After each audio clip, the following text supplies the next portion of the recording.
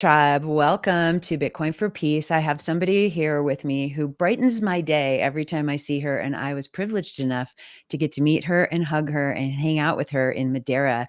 Welcome, Vivian Cheng, the host of Life with Bitcoin podcast. Thank you, Valerie, for the invitation. Super excited to be here. Me too. I was so happy to get to meet you at the ladies' brunch in Madeira, and then we got to hang out a couple more times at Martel's place and throughout the event. Tell me what were you thinking? Like, what'd you think about Madeira and Bitcoin Atlantis? Oh wow, I loved Madeira, and I was Mhm. I've always been solo traveling, and then I went to Bitcoin Atlantis without knowing how to spell Madeira. I was seriously struggling. I was seriously struggling when I was trying to look for the tickets there. I was like, how to spell Madeira? And this is pretty much the level of planning I go through when I do solo travels. I'm very spontaneous. Usually, I would figure out where I would go on the day as I was eating breakfast. Like, okay, so what do I do next? So this is the level of spontaneity we're talking about here. So just like always, I went to Madeira and Bitcoin Atlantis, not knowing what to expect, but just know that it's going to be great. Just like all of the other Bitcoin conferences I traveled to because of the people and Bitcoin, and I've heard a lot of great things about Madeira. Some people have told me that Madeira has been they have heard Madeira being one of the most beautiful places in the world. So even though I heard about these things, I didn't really go with expectations, and it was great. And sometimes you go to places and you instantly vibe with it. And I thought Madeira was one of those places for me. And I was thinking to myself, oh, I could live here.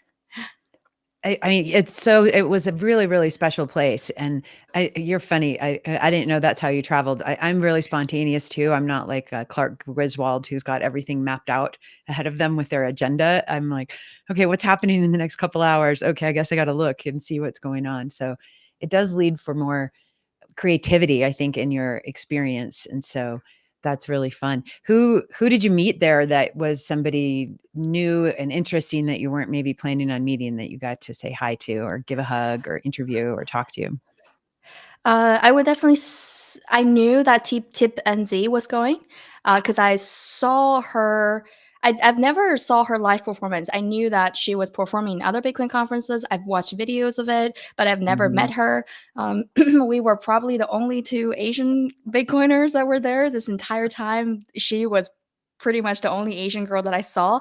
Uh-huh. So I always wanted to meet her. I knew she was going, and it was great. We got to connect, and then thanks to you because you were collecting people just before the live performance. So I really got to watch her playing and performing live, which is a great experience because when you sit in the audience and her words are so punchy, her performance are so sharp, and Mhm. I had goosebumps from the beginning to the end of her performance. So that was really great. It was. I know she packs a punch, and I feel like you never know what to expect with performers and artists and creators and all of us, um, and she's not a big giant woman, but she's got a big giant presence when she's on stage, and the words and her delivery and the message, of course, is very, very potent and powerful. So I'm always excited and delighted because you just never know how people are going to, surprise you and delight you. And so, okay, so let's talk about you. I want to get to know your background. How did you get into Bitcoin, and why is Bitcoin so important to you, and why did you start with a Life with Bitcoin podcast? For sure. So, excuse me. So I was born and raised in Beijing, and this very moment I'm still in Beijing. Mm, For the time being, I was born and raised in Beijing, and went on with my life when I was 18 years old. So ever since, so basically my entire adulthood, I've been out and about by myself, which is a great privilege. And when you had so much independence just by yourself and you have to figure things out on the go, then you really acquire a different perspective in life of how do I navigate through life because there's no one there to help you. right. And I got lucky in the sense that most people become a Bitcoiner first, and then they want to leave the fiat world. They want to come on the Bitcoin standard and work in the Bitcoin standard. And I was the other way around. So I got a Bitcoin job first when I Mm, was during COVID. I've been in Bitcoin since early 2000 January early 2001, so January 2021 January mhm, 2021. It was during COVID. I was doing my master's at the time. Because of the pandemic, there was really nothing else to do, and everybody's there's during lockdown.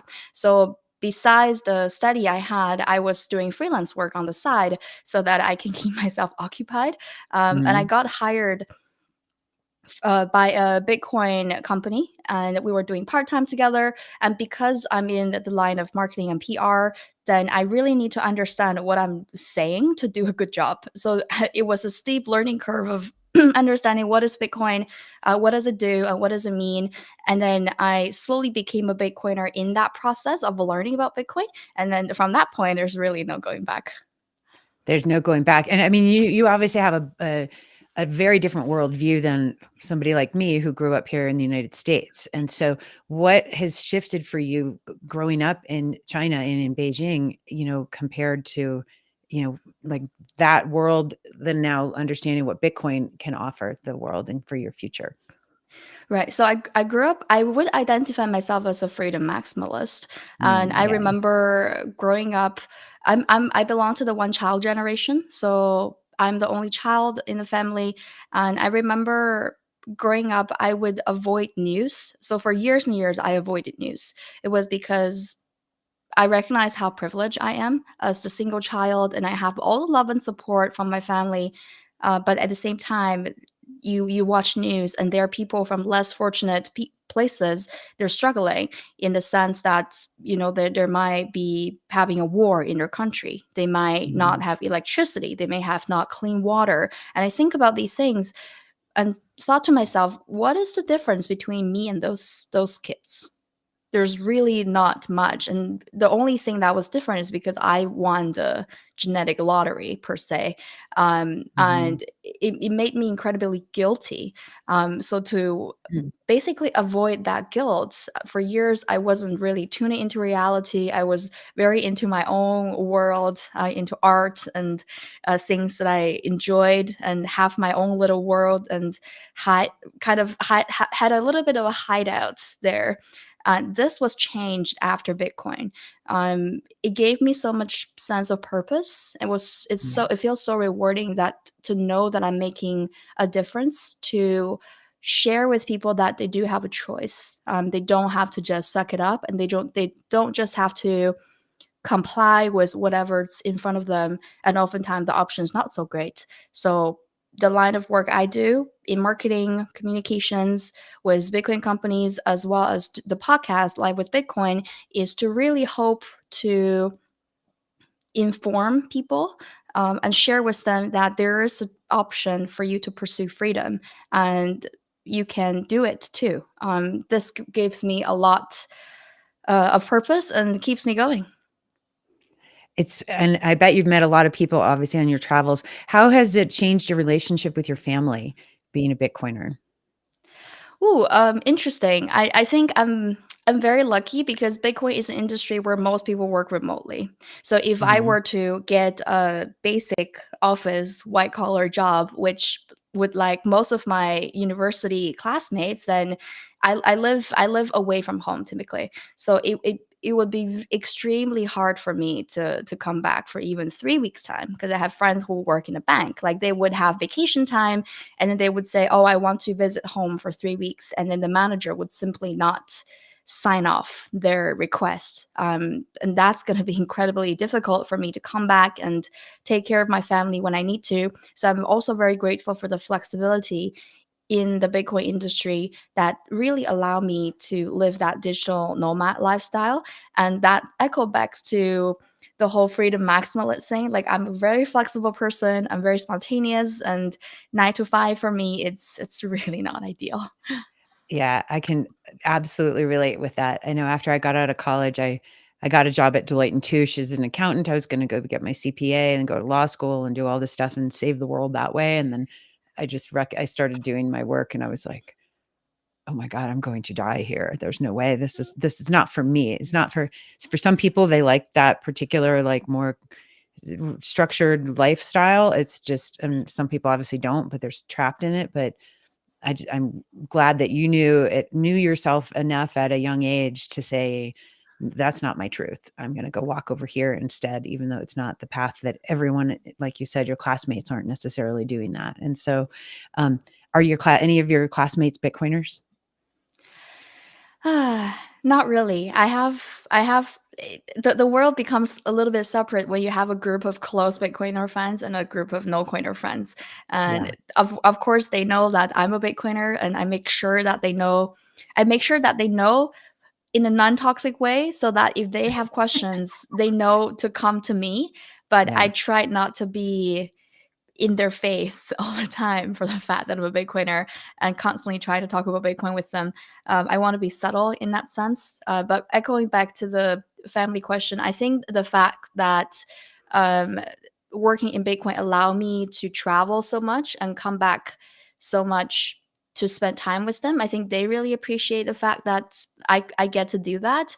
But in terms of being a Bitcoiner, I think they have their own skepticism, mostly because of they don't necessarily understand what it is and how does Mhm. it work.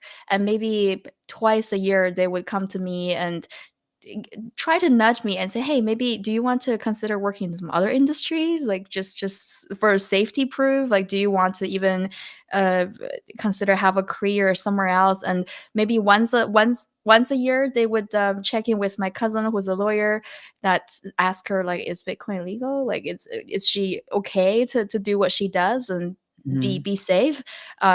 So I really appreciate their respect and understanding and support of me choosing a life path of my own.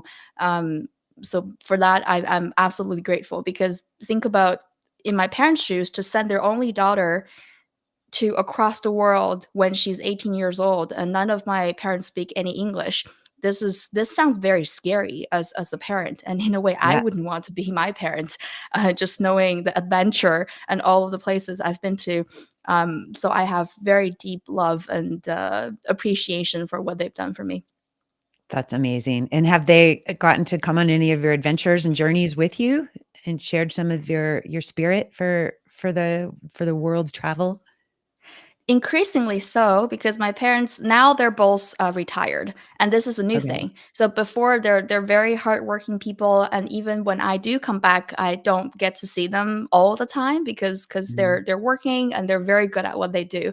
And Asian people have very strong work ethics, and including my parents on average, and including my parents. So right now that I'm home more as an adult, and they have more time on their hands. We're taking more trips together as a family. So Nice. it's very good to have some quality family time as a Bitcoiner. And I try to sneak in some Bitcoin knowledge to hopefully slowly onboard them onto the Bitcoin standard.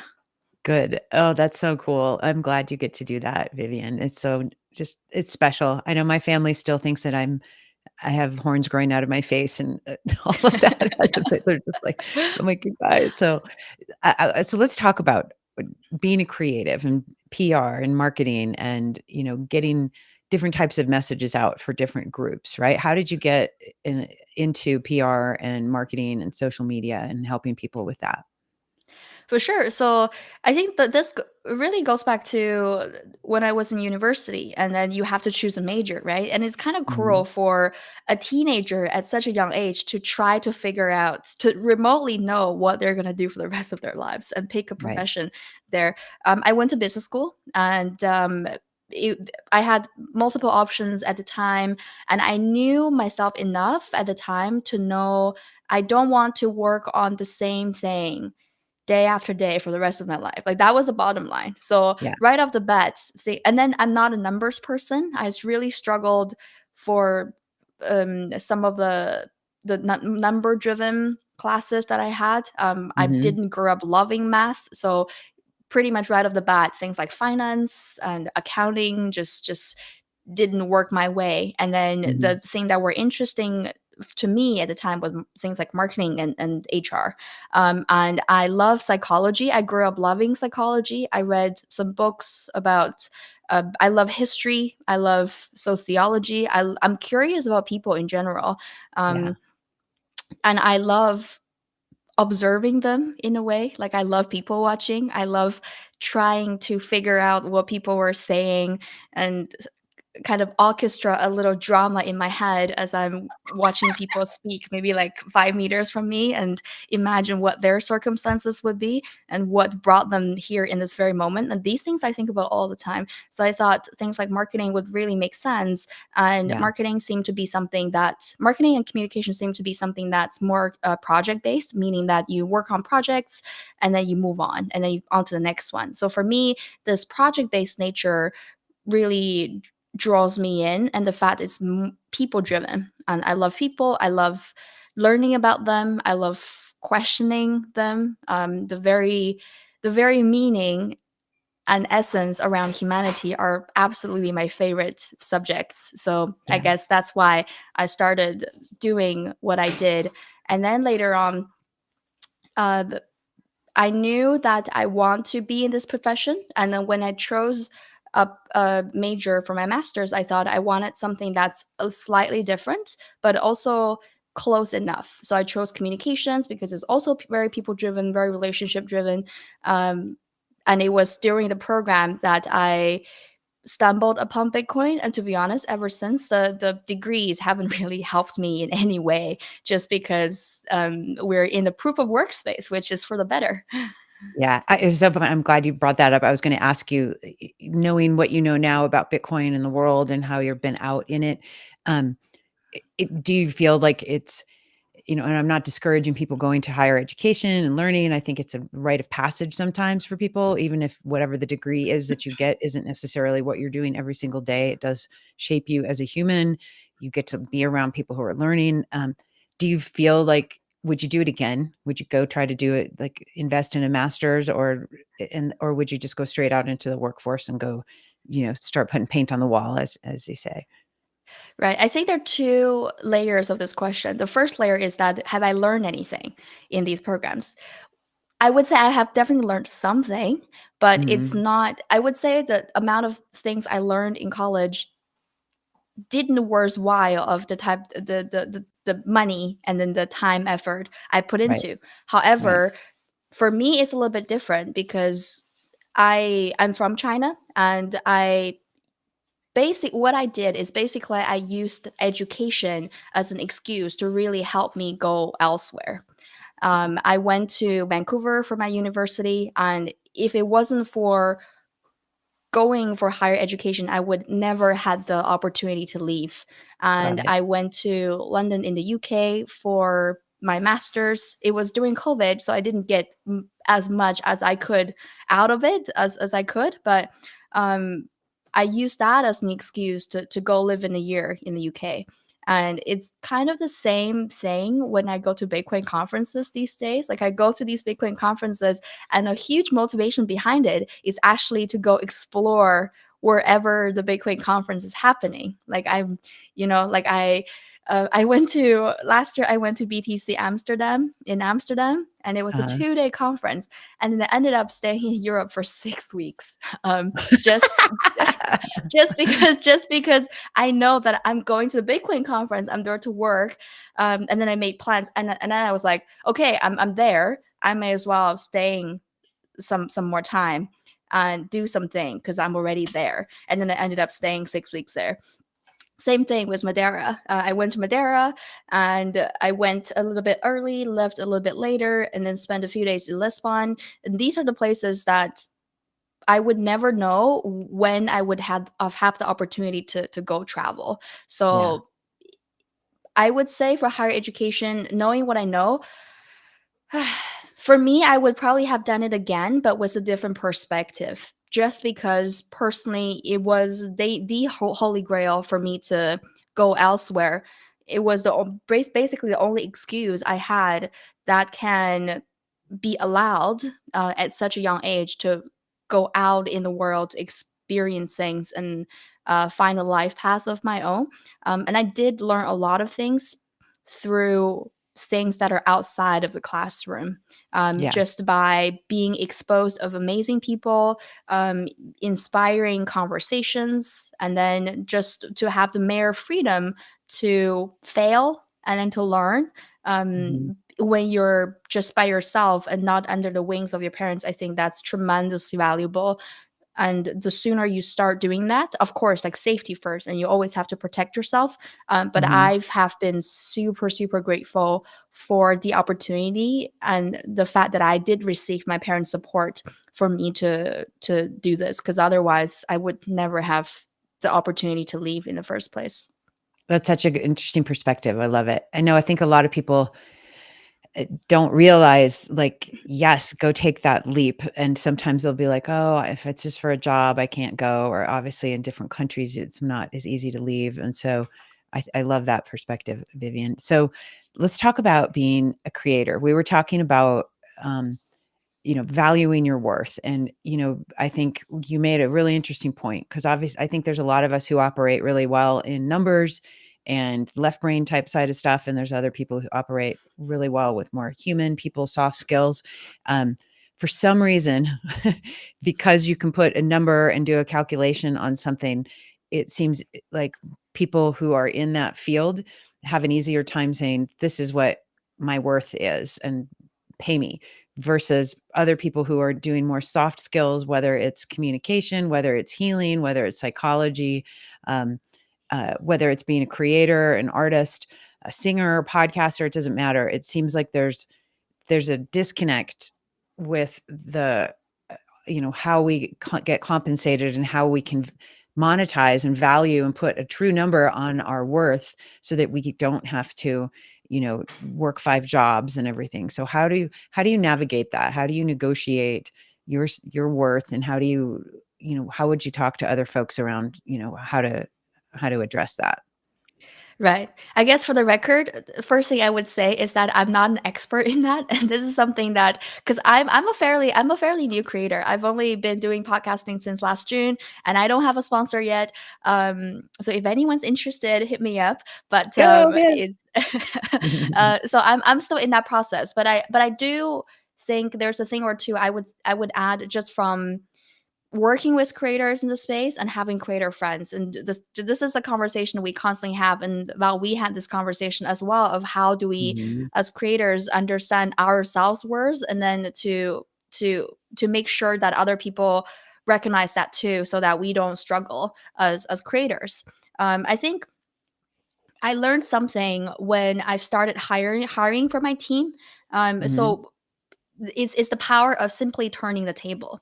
So when I first graduated from university, there's the prolonged process of job hunting, right? That you have to do the cover letters for every company. You have to customize your resume. You have to jump on calls with people and do interviews. Um, and then when I started hiring for my own team, I simply realized, just by turning the table, it clears out so much of your perspective almost instantly, because now you're on the other side of the table. You're the employer instead of the employee.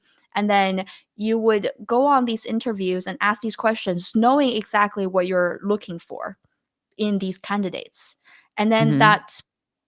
that tricked me into thinking, okay, so that made me a better job candidates, because Yeah. when I go on interviews, I know I can have a guess, I can have an educated guess of the underlining thing that the employer is trying to learn about. So I think in Mhm. this case, for creators, it is important to, I guess, have a thought experiment of, when we negotiate our rates, when we get on the phone with potential clients, think about this whole thing from their perspective.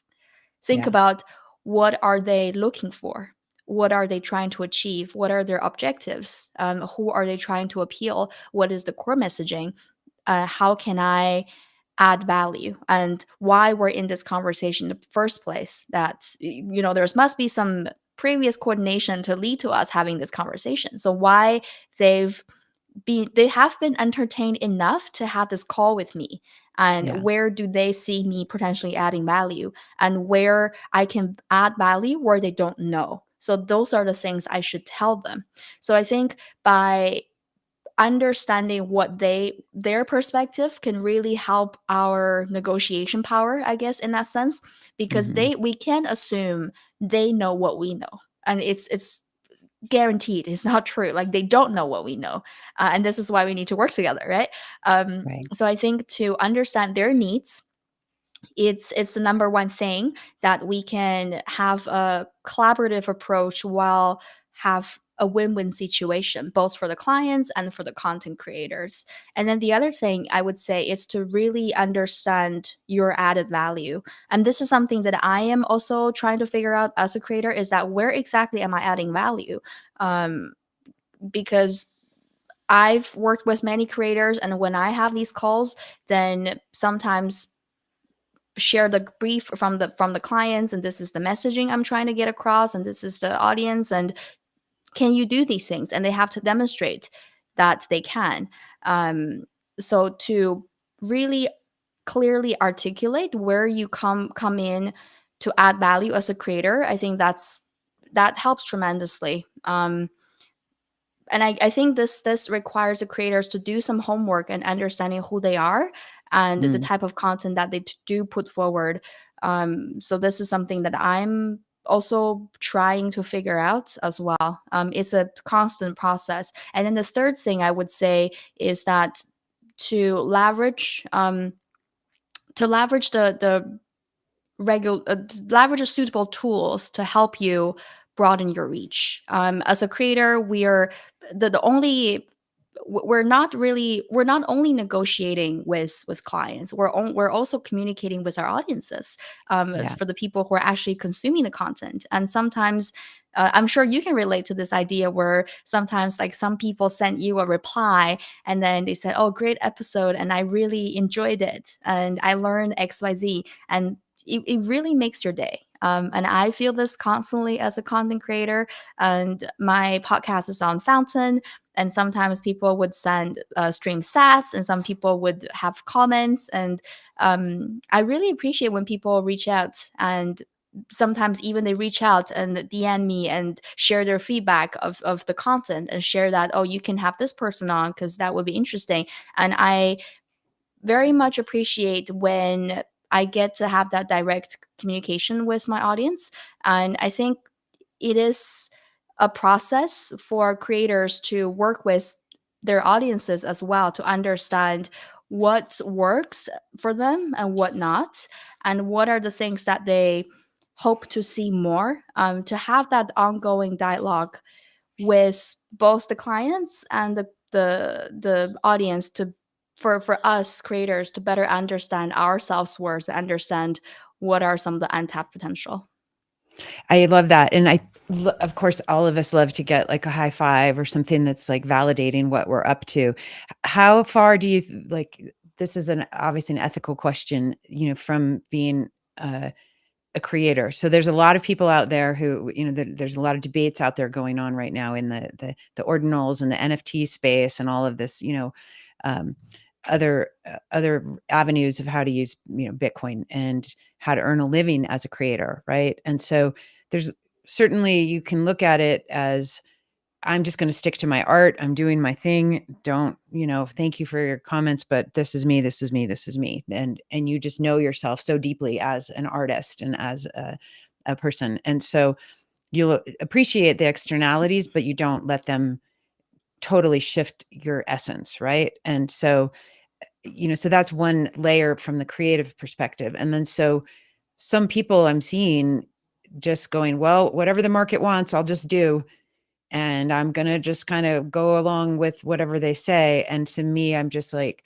that seems like you're being, somebody could get pulled around and not necessarily be that authentic to their art and to their craft. And so, have you found yourself in positions, from your own creativity, not when you're hired for a client to go say, here, I got to go do a campaign, but when you're working on life with Bitcoin, like, do you feel like you can stay true to yourself, even though you're getting different types of feedback?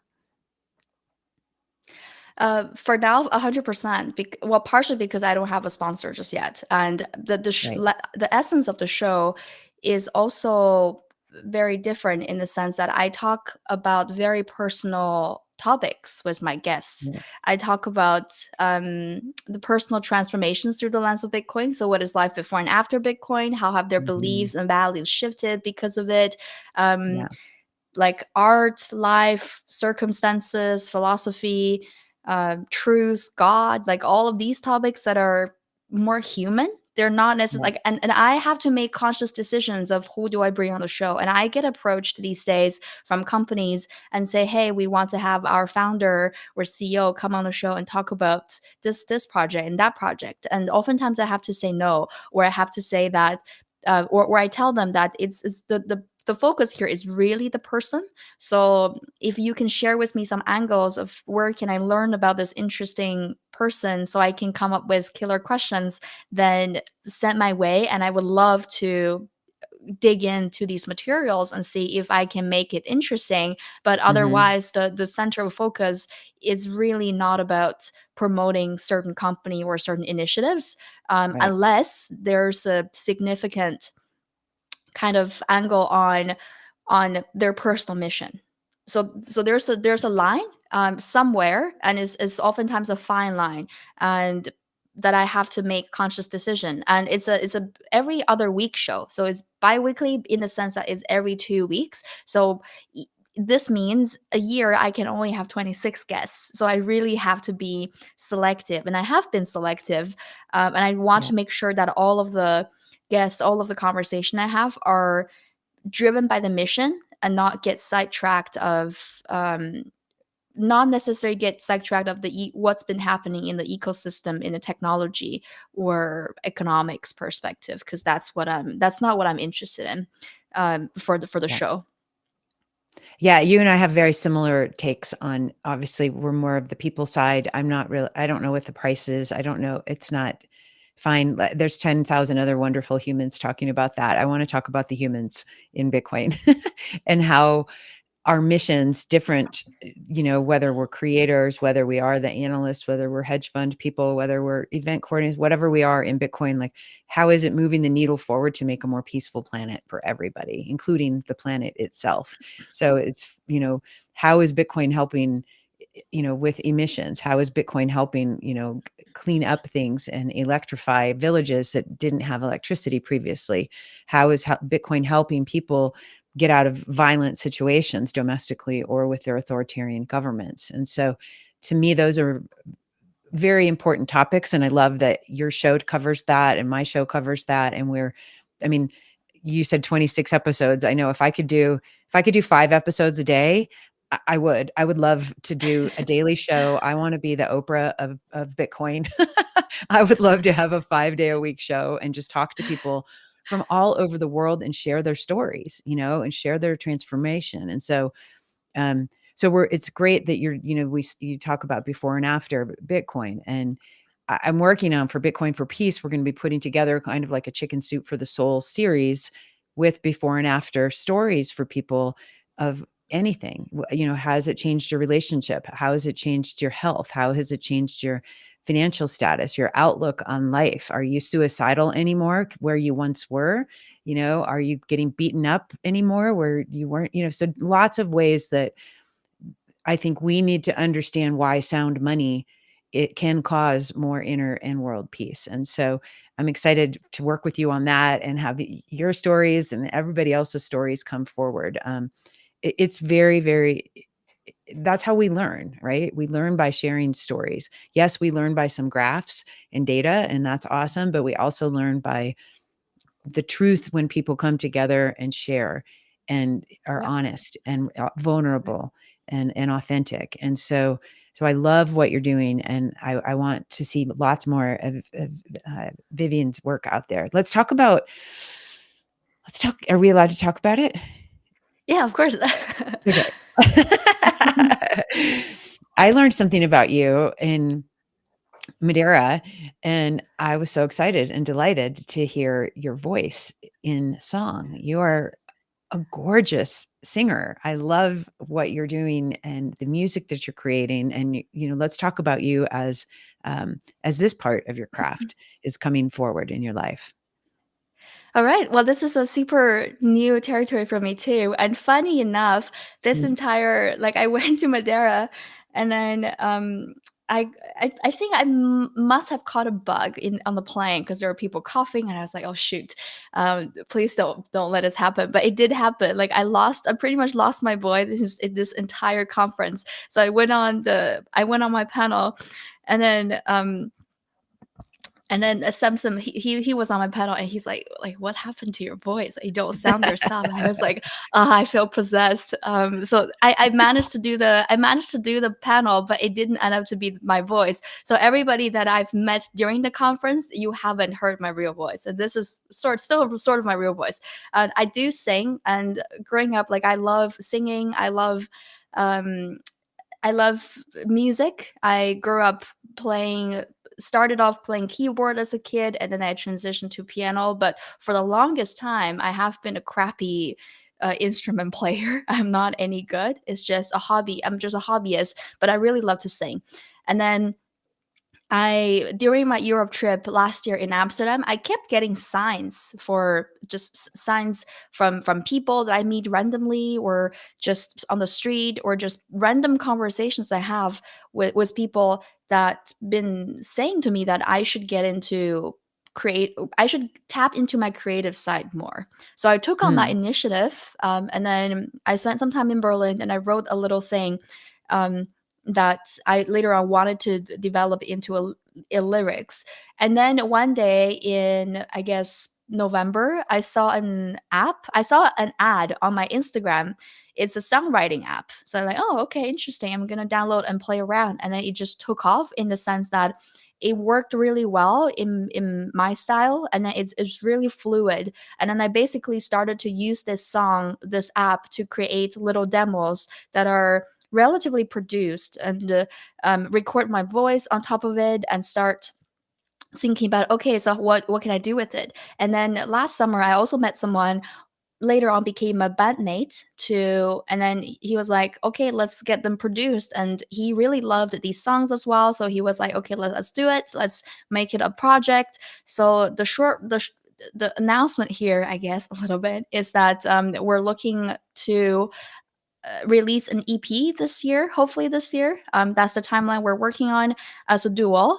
So I will be tapping into my creative side as a musician going forward. I'm really, really excited. And before Madeira, I haven't shown these demos that we have produced to anyone. And I started doing that in Madeira, and just happy to see that the people that I shared with, they seem to really like it, and I hope that's genuine. Yeah, just keep me going, and it's gonna be a 5-song EP. That's the plan for now, but super excited for having everybody to listen to it, because a lot of these songs are coming from these trips I took from Bitcoin conferences. The excuses I had to travel that later on became very wonderful memory of mine. And I do feel extremely privileged these days, because we all kind of create playlists when we go travel to remember Mhm. places, and now I get to write songs about these places that record these exclusive memory of mine, and hopefully to inspire people that have traveled to the same place, to remind them of the vibe of the place. That's what I really want to do as well. I love that. It's just funny. When I used to DJ, I didn't do this to every single place, but many of the places I would make, and I'm all about all sorts of types of personal expression, but I called them sexual journeys, and so I would make all these playlists for different, like mixed sets for different locations, because they have different vibes, like you Mm. said, and very different vibes. And I think music is like uh, it's a color, and it colors like your experience. It's obviously a vibe, and so set and setting. Let's talk a little bit about the mood of your music and the vibe of your music, because when I heard it, I was because you are such a bubbly, bright person. When I heard your music, I was like, wow, okay, let's talk. It's very deep and emotional, and it definitely, I compared you to like an Adele who, wants to, when you hear some of her music, you just know, like, this is medicine, and it's going to make me feel some feelings, and some of these feelings are going to hopefully be cathartic. And so your music feels very cathartic to me, Vivian. I don't even know that word. What Cathartic is is like a cathartic? transformational, like a butterfly comes from a caterpillar to, you're going from one form to another. And so I feel like the healing qualities of your music are coming through because I think you're accessing emotions where you're giving people that permission to feel a certain like thing that maybe they're not going to go show in public, and it's more of a private experience. You want to talk about that a little? Yeah, for sure. I think this is exactly because that I'm a bubbly person and really positive Hmm. in general, that I do feel like I have a lot of the melancholy quality just in my Hmm. personal life, and I love sad songs. And if you like go through my playlist, they're all like very sappy, and I love heartbreaks. It's almost like I draw energy from heartbreaks and from some of the painful experiences from trauma, because those are the things that really helps me understand who I am throughout Yeah. years of time. Um, just like a lot of other people, I've had rather a challenging year last year, and I think there were very few places that I was allowed to be vulnerable. And music is one of the few places that I had one of the few places that allow me to just be 100% vulnerable, to be very very honest with the puzzles that I have been dealing with for that period of time.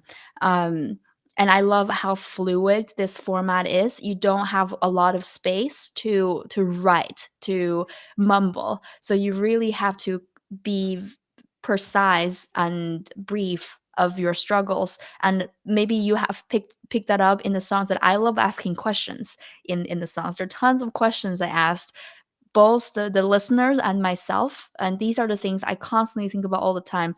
And I seem to have this duality in me, not only in my music, but there's so many different aspects where, because I grew up in the East culture, and then as soon as I hit adulthood, I moved away, and then I've been living in Europe and North America since. So I oftentimes feel this conflict between different mindsets, different Mm. lifestyle. I see different people approach life with very different approaches, that are completely the opposite. And sometimes I find myself hard to decide where I stand and have form an opinion, because I'm a fairly empathetic person, and I get to see the arguments on both sides with my own eyes, and I get to experience it. So Mhm. sometimes on I can be on both sides, on the deep end of both sides of the same scale at the same time. And that's extremely confusing sometimes. Confuses myself for sure. And I guess music is somewhere where I get to communicate these confusions and Mhm. communicate my vulnerability, which is really a superpower if you think about it. It And is. I have made a decision to be as honest as I can. And I'm not someone who's afraid of letting people know who I am. And I want to include people who recognize that and appreciate that in my life.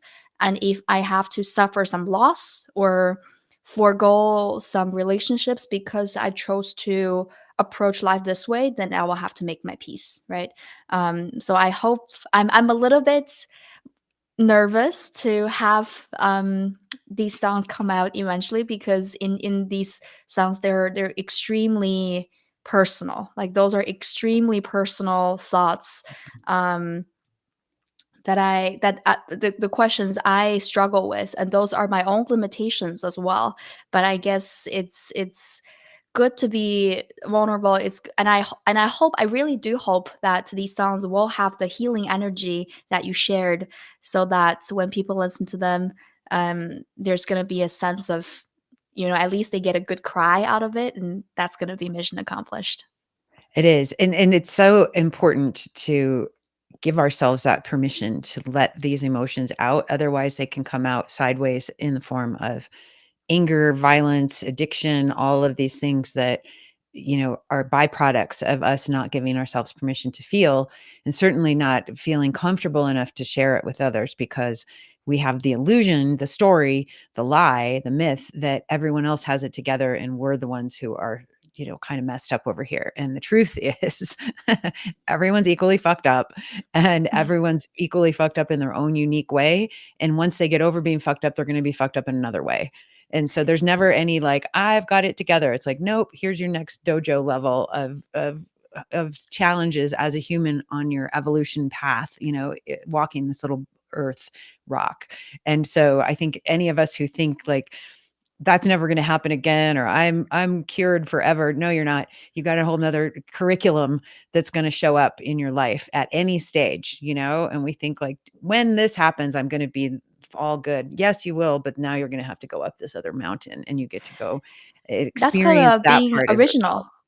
Yeah. That's called being original, which just is what I love, and it's been incredible to have the opportunity to document these processes, and Yeah. to document these struggles, because now when you write a song and then you listen to it after some time, after it's you're not in that stage anymore, it really gives you a lot more perspective of, oh, wow.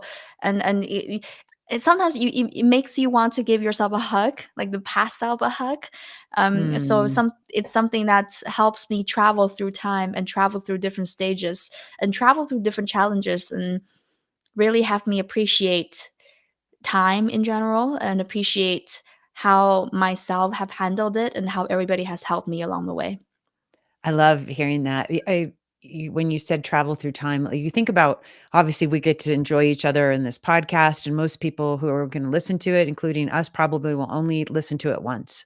And that's enough, right? It's a conversation. It's not like something we're going to go back and play, repeat, repeat, repeat. Let's listen to the podcast 50 times and get a good cry. That's not happening with this medium, right? And so music Right. is this time machine, and it's a medical, I always say music is the medicine and the DJ is the doctor, and that everybody is the DJ of their own lives, right? And so you get to kind of decide like, I need some energy today. I'm going to go play some Beastie Boys, Fight for Your Right or whatever, or I need to go cry. I'm going to listen to Vivian's music. And so, and you can do that on repeat again and again and again to kind of hack your way into an emotional expression. Again, whether it's a sad thing, whether you need to get on stage and be powerful, whether you need to be calm because you're about to have a really challenging conversation. So I feel like music is such it never gets old. It's a timeless thing that we can continue to pull from in our treasure chest of tools for our lives, right? And I guess for me, it's so interesting because now I get to I'm working on unlocking a new identity of myself. Like, this is something I'm really obsessed with as a person, is that Cool. I'm onto a lifetime of experience, and this is what I'm going after in life. And I love this opportunity to be alive, and I'm really grateful for it. And I'm in this constant pursuit of what else I can do, what else I can do, what else am I, and to kind of be interacting with the external world constantly and find out about myself. So the self exploration aspect is really important, for Yeah. me as a person. And I grew up loving music. I grew up playing music just as a crappy instrument player. But I've sang on stage. But I've always thought, oh, I wish someday I could get to be in a band. Like, this is something that appeared in my mind from time to Mhm. time as a kid, and still till this day. Um, and I think it's about how do we make things happen for ourselves as individuals, and Mhm. the entire journey so far, even though it hasn't been too long, has really given me a lot of strengths and a lot of reassurance that I can take small steps towards what I really want to achieve in life. I can make wishes, I can send orders to the universe, and then the universe will listen, and then will help Yeah. me to help give little nudges and help me, give me tricks and tips, and send me the right type of people that can be my partners in this journey and be my audience, um, and be my friends, to be there for me and to encourage me, to send me feedbacks. I think oftentimes I've really learned the power of being audacious in the past few years. It's the Mhm. to dare to ask, dare to Yep. act on something. And I used to be someone who's constantly waiting. Like I maybe this changed after I left home, but I grew up as a person who's relatively shy. Like I would have something that I want, um, but I would secretly hope this thing happened to me but never act on it. I think if it's meant to be happening, then it would happen automatically. But this is not the truth. If you want something, then you have to discipline yourself and you have to exercise courage to go after it and Yeah. recognize the fact that you're not going to get it right away because that's not how life works. And it shouldn't be, because all of the things worth working for, it's not going to come right away. And you have to develop, or I have to, in this case, have to develop this discipline and the consistency and focus and ask myself, do I really want it? How much do I want it? Because if I want Mhm. it, I'll have to work for it. It's the very idea of being value proof of work and discipline yourself through proof of work, and also Yeah. have low time preference. So you have to focus to be hardworking and to be consistent. And if you are willing to do that, put in a lot of work without seeing the light at the end of the tunnel for a long time, then that's an indicator of how much you want it. And I've learned that if I work on small steps at my own pace, like I'm not in a rush to get anywhere, but rather to enjoy the journey and really take baby steps towards these things I want to do in life, then I like to think that there's nothing can stop me. And I like to be blindly confident and trust my own ability to really enjoy the journey. But in terms of if I really make it in the end, it's not as important for me because I know that I'm taking all the steps I can. I know I'm having fun every steps I take. I know I'm acquiring lifetime friends, so many great conversations, and the experience I've cherished for a lifetime throughout this process. And in the end, that's what matters, is about the journey and not the destination. It is, it's so true, and I'm a sailor, and we always joke about, like, speedboat people versus sailors. It's just kind of like speedboat people are in a hurry to get where they're going, sailors are like, "Yeah, we're just enjoying the ride." I wanna circle back really quick. I love exactly everything you said about proof of work, and so we also have proof of faith, right? And you had said earlier about, putting an order into the universe, and it happens, and so there's a blend of that, right? There's a blend of proof of work and proof of faith because sometimes, Yeah. what you think the order is going to be turns out to be just a little bit different, you know, but it's something that maybe was in your, I call it your spiritual curriculum, right? Like you're here to learn all of these different types of things. And so, um, how do you how do you mentally navigate around the disappointments or when, you place an order for, a cheese pizza and it comes back as a taco? It's still food, but it's not your cheese pizza. I think I have 2 points. The first point is I just don't expect anything. I expect I expect very little from things in general, from people, from the circumstances I'm into. I have once just been described as an inexcitable person because nothing seemed to be able to excite me, and this is because I'm extremely spontaneous. And oftentimes, most of my days are very random, especially when I'm taking a trip. Then I would wake up not knowing how the day would go, and it would just be a totally random direction. And I would have end up having an awesome day, and then go to bed and thinking, "Oh, I didn't imagine this day to go this way." And this happens all the time. And then what happens if you take such spontaneous approach in many of your days is that when anything can happen, nothing can surprise you. So you just have to deal with things and be there as is. You cannot have, and so I don't really expect much. And in a way it's a little bit sad because it's like you can't trust, right? You can't trust, and you have to be in the moment all the time, and this can be exhausting. But I find it work for me because I don't expect to, for the very reason to avoid disappointment. And if your expectation level is so low, um and then the day end up to be, or the situation end up to be just slightly better, then you feel like you're gaining, you're getting rewarded from the universe. So there's so many things in life, career wise and content wise and life wise, it's very much, and relationship wise too, is really about expectation management. If your expectation is like, oh, really high up here, then there's a very high chance you are going to get disappointed.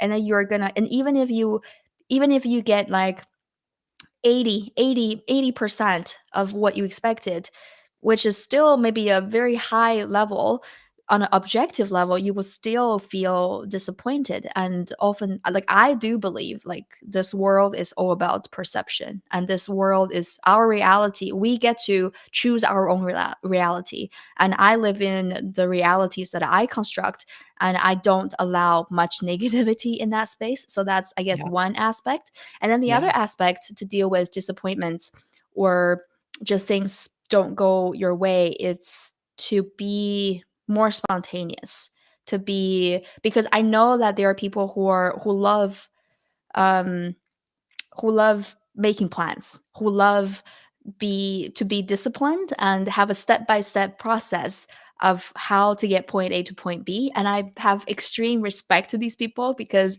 I'm quite organized at work, but when it comes to my personal journey and the life I take, it's very sporadic, and I really enjoy the journey that way. And the fact that I'm a spontaneous person means I'm quick to pivot if this doesn't work to my advantage. First, I never think that. I think everything that happens, there is a way um, to make it good for me. It depends on Yeah. how I deal with it. So I Yes. really train myself to think that and to act on this very base principle. That pure pure positivity is very, very important, especially if you're in a bad place in life. Because, like, I said this the other day, and I was saying how we need to show up for ourselves before anybody else does, and continue to do so when the party is over. And this requires looking within, like looking within, looking into ourselves and understanding who we are, and have a strong sense of self-awareness and understanding where we are going and what we're trying to achieve. Because it's very hard to tell what are noises and what are signals in life, and you Yeah. have to have the pole stand somewhere to draw, to have a reference point and understanding what's everything in relation to that you, right? Yeah. So these are the things I try to do when things don't really go my way. And you're absolutely right, it's a blend of proof of faith and proof of work, because if you just do wishful thinking and daydream, then it's very likely you're not going to get very far. No, and like you said, if all you're doing is hustle and you don't keep that perspective of like, okay, this didn't go my way, something else is going to be better, you're just going to get disappointed because you're going to fail constantly, no matter what, who you are. It doesn't matter. You're always going to have something that doesn't work out your way. I always talk about um, with people that I work with about having like a mixing board, like a DJ mixing board, and you have all these volumes and channels, right? And so it's like, who's got the volume up in your head? Is it your Right. confidence? Is it your parents? Is it a trauma? Is it an old pattern? And if you have that self-awareness to understand, like, yes, I'm the DJ and I'm in charge of what the volumes are and who I'm going to listen to, then you get to be powerful. But if you're just sitting there and you're letting old things just start to just create the signal of cacophony, yuckiness in your head, that's noise. That's not actually truth. And your truth does come from that's inward quiet Exactly. place, and listening to that. And do you have a daily practice? Do you have like a daily meditation, peace, singing, yoga? What do you do to stay so calm and um cool? Interestingly, I'm actually a terrible meditator. I am a terrible meditator. Nobody's a great meditator. That's true, that's true. But over the years, I've been trying It's right. hard. Over the years, I've been trying to get into meditation process, practice. I've learned so many great things about meditation, and it's recommended by pretty much everyone that I'm like I look up to. I've tried it myself, and Mhm. there are periods where I get to do it more and be able to benefit from it. But most of the time, I find it, I find myself a terrible meditator in the sense that I have a I have a pretty observer personality, meaning that there's always this third person that's watching everything as if I'm not the one living my life, but I'm observing Mhm. someone living it. So, in a way, like my approach to life is almost somewhat meditative, to the point that when I Yeah. get on meditation, then I don't know what to do because it feels like I'm already doing this 24/7. Like there's no, I can't get into the deeper end of it. And I think it's just a dynamic for me. It's a dynamic balance because of course not every day is a great day, and this comes back to the being low temp preference and recognizing that every day doesn't have to be a good day, doesn't have to be an amazing day. And you're Right. absolutely right that understanding you're the DJ in your life, you're the one who take control, you're the one who can take control. You have more options than you Mhm. think, and you have more Yeah. power than you think you did is extremely empowering. And I constantly remind myself about this too.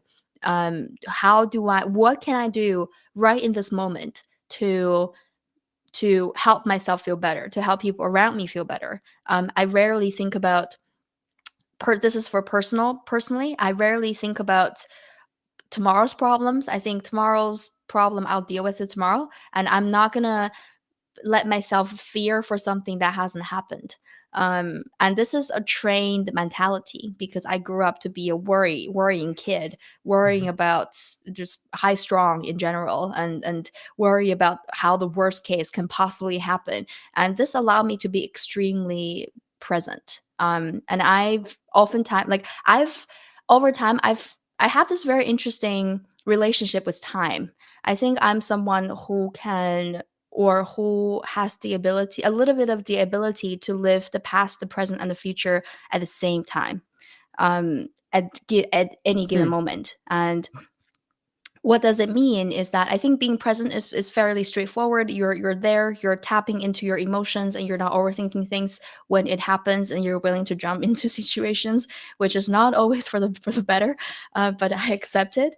And then to live in any given moment from the past is I recognize how far I've come as that person that I was 10 years ago or 5 years ago. I recognize how far I've came Yeah. forward, how far I've evolved as a person, and I'm deeply grateful for the journey I've had. And I think about this moment from the old self's shoes and think, wow, holy shit, like I didn't know I would become her.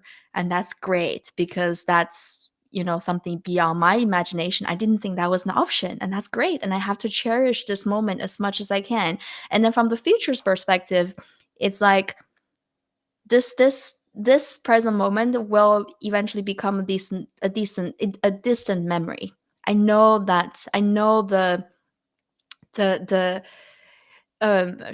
briefness of each moment, and it's almost like I'm looking Mhm. back at this moment from my future self, thinking, what can I do to benefit my future self or make this a even better memory in the moment when I still have the opportunity to change things, to change to construct reality for my future self. So I kind of have this Yeah. weird awareness going on in the back of my head subconsciously to meddle in the situation, to engage in the situation in a way that have the triology of perspectives. Oh, what happened? I lost you. Oh, no. Well, we lost her. Now she's gone in outer space. Hopefully you'll come back, Viv. Uh, okay. The trilogy. I don't know if any of you guys can relate with that. I hope you come back, Viv. It just dropped you, sweetie.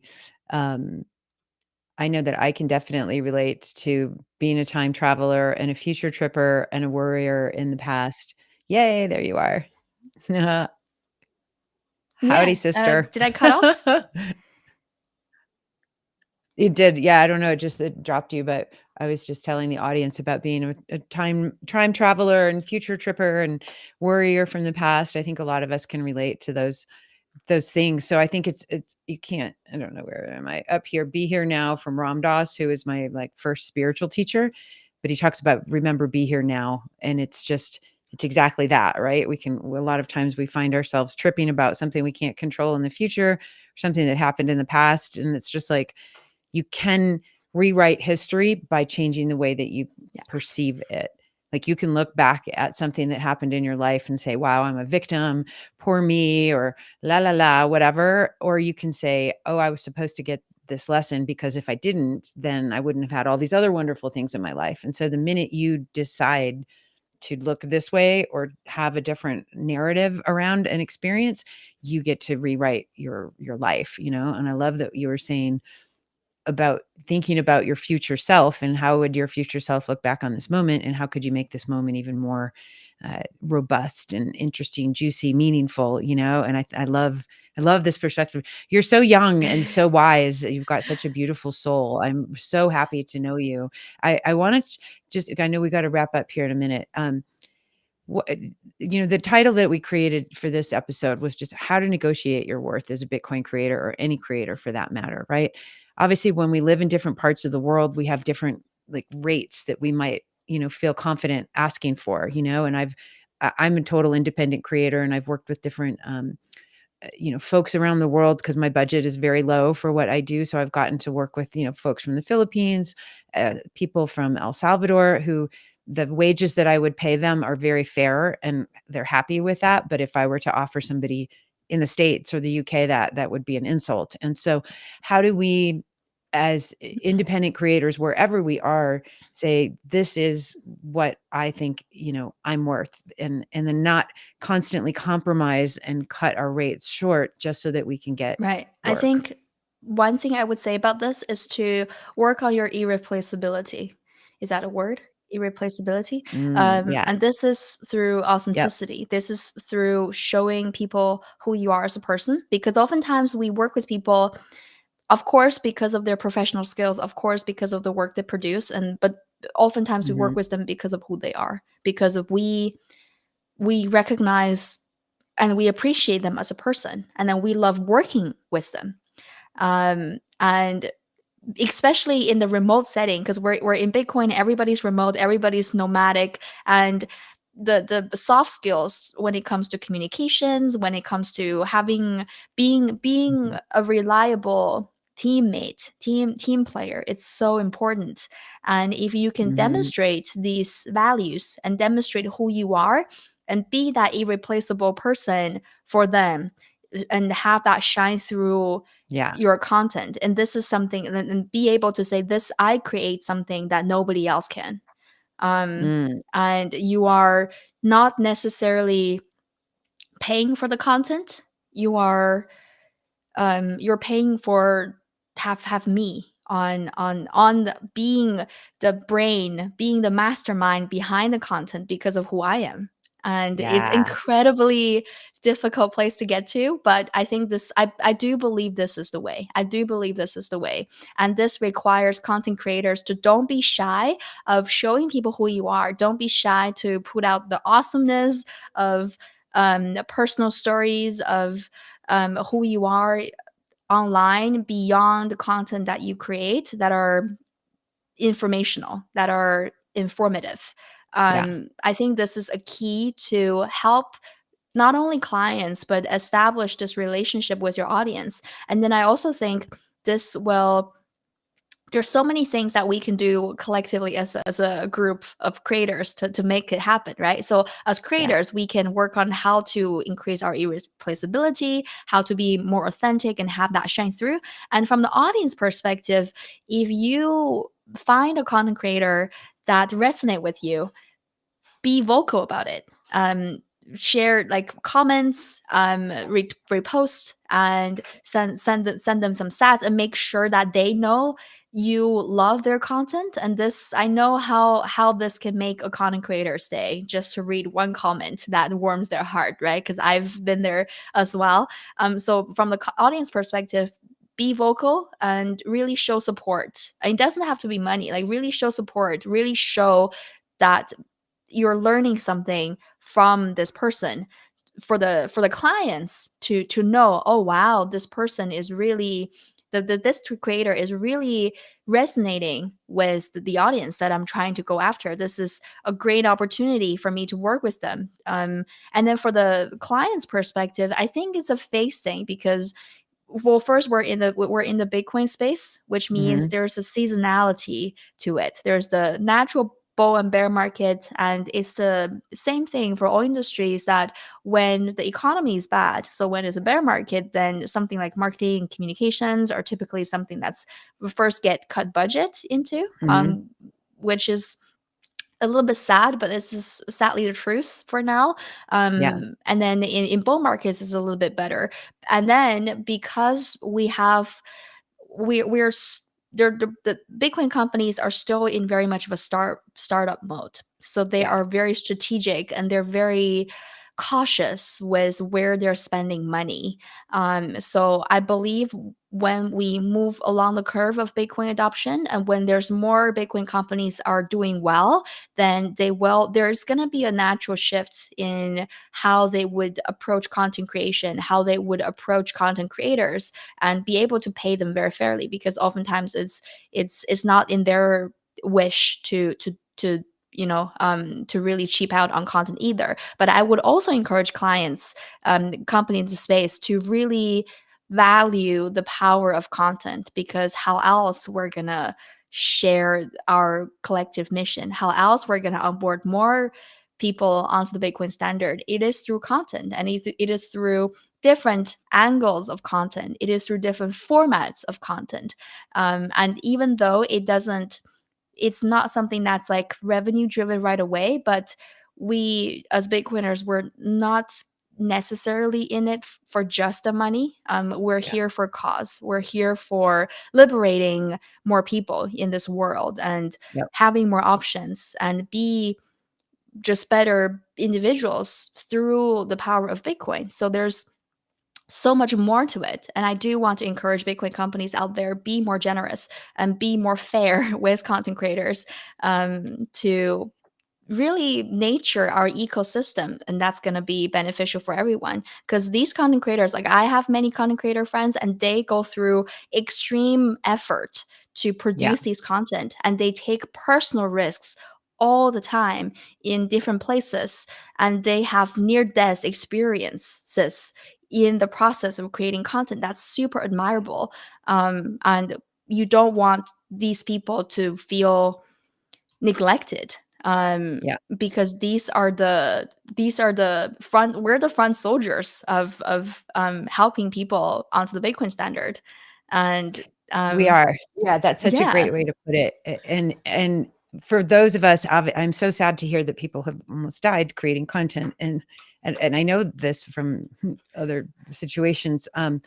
So when we were in Madeira, a bunch of us were all talking and trying to we all realized, like, we need to come together as creators and learn from each other and do hands-on learning. And a lot of the platforms and tools and protocols out there, we still don't know what the heck is going on. And because everything's going so quickly, and the evolution of how to become a content creator, whether you're independent or whether you're working for an organization, um, what's happening with AI, what's happening with value for value, what's happening with subscriptions, what's happening with, anything that's going to involve, growing your audience, how to do more one-on-one engagement, what's the right uh, rhythm of production for your material, how do you grow and nurture your own unique audiences. And so we decided, a bunch of us were like, let's do a creator summit, kind of like Tony Robbins, and we'll have a bunch of us do panels. We'll talk, obviously you were there in this all these conversations and discussing, like, how can we come together all over the world. And it's going to be a virtual creator summit that we're putting together. And the idea is for different creators, whether you're a podcaster, a writer, a filmmaker, a course creator, um, a book writer, anything. How do we come together with the tools, with the platforms, and then practice and touch and share about, how to negotiate a contract, how to, handle rejection, and not just the nuts and bolts of creating content and what are the best cool microphones out there for us. It's like there's a many things that go into that. In addition, like how do you create a presentation so that you can, engage a new audience into Bitcoin, right? That's a huge thing when we're out there in our own unique avenues of orange pilling people and being that front line. Like you said, what works for one audience is not going to work for this audience. And so to sit and Right. think there's some cookie cutter way to um, talk about freedom and sovereignty and this new, technology of sound money is we have to understand, what are we shine at and what, our audience needs and how to match those things up and be the bridge, of understanding and helping that transformation come through. So you guys can go to bitcoinforpeace.org and sign up if you want to be a presenter. I haven't opened it up yet for just the general public to attend, but if you want to present, you guys can go and there's an application.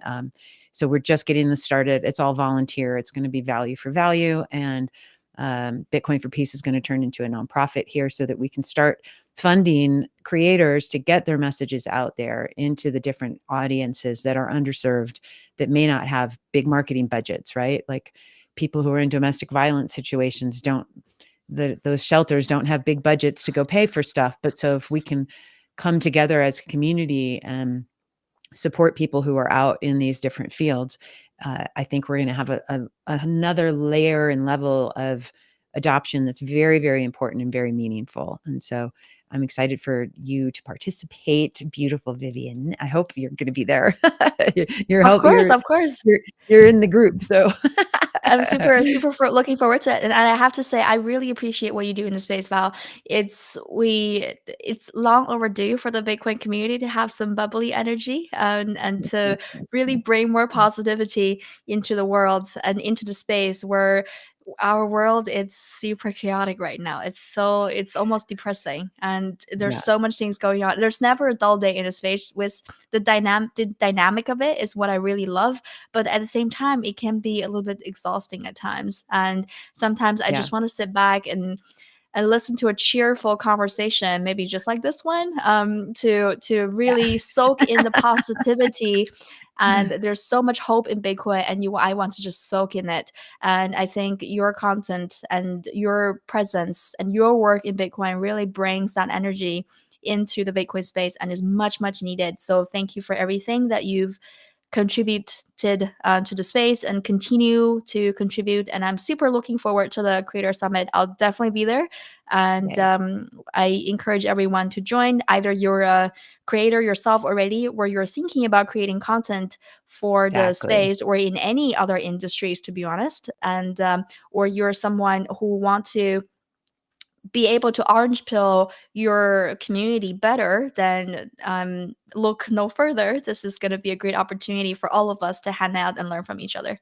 Yeah, thank you so much, and thank you for the kind words, and I feel the same for you, Vivian. I'm like so delighted that you and I are rocking this together, and we're gonna be buddies now. And I'm like, yay, another soul sister in Bitcoin. It's so cool, and I think too, just people who are listening to, if even if you're not a Bitcoiner yet, I mean, I think everyone will be eventually, but that this is the point. Like, come together and learn like how Bitcoin can help you as a creator. You don't have to be a Bitcoiner yet to come and learn from everybody, because there's no one right way to do it. We're just going to all share best practices, learn from each other, test some stuff out, try to poke holes in things, see what's working, what's not, and keep trying to move the needle forward on this experience and this experiment called life, called Bitcoin, and called being an artist too. So, yay. So where can everybody find you, Viv? All right. So I guess the best way to find me would be on Twitter, and I'm at BTCViv. I am shadow banned though, so you have to directly go to the profile and poke around a little bit to find me. Why are you shadow And banned? then uh, because maybe they think I'm a spy. But no, I don't think that's the reason. But I am Elon, for unshadow ban for her. for shadow banned. It's I think it was one of the imposters that reported me, and then it was by the time knew this was the case, it was already like irreversible. I tried to write to them, but it didn't really go anywhere. So, and I can't really afford to like start over. But so the you can Oh, still find me. It's at BTC Viv. You just have to poke around a little bit and go to the profile directly. The podcast Twitter is Live with Bitcoin. It's Live W Bitcoin. That's the Twitter handle. I am on YouTube as well, Live with Bitcoin podcast. And then looking forward to sharing more content with you. If you ever tune into the show, feel free to send me a message. It's always great to hear from everyone. yay. Awesome. Make sure you guys go follow Vivian, and definitely subscribe on all the channels. I love all the clips that you're making, all the interviews that you do. You've gotten some great, great people on the show. I can't wait to keep diving more into these interviews because they're meaningful, and you talk a lot about the mission and everything with everybody. So it's very aligned with how I love to learn and understand and get closer to people in this place, and closer to love. And you are a big ball of love, and I love you. And I'm so glad you're here. Thank you so And I'm much. excited to keep rocking. And everybody, yeah, make sure you follow Viv and go to bitcoinforpeace.org. And if you're interested in signing up for the Creator Summit, please do so. And other than that, I wish you guys the best day of your whole lives, because it's the only one you get, right? And thanks Exactly. again, Vivian, for being a wonderful guest and sharing everything. And make sure you guys follow her at Life W Bitcoin on Twitter and BTC Viv, and make sure you type everything in, and follow her on Fountain and YouTube also. So, all right, everybody, peace, love, and aloha. And thanks again, Vivian. I will chat with everybody soon. Take Thank you. care.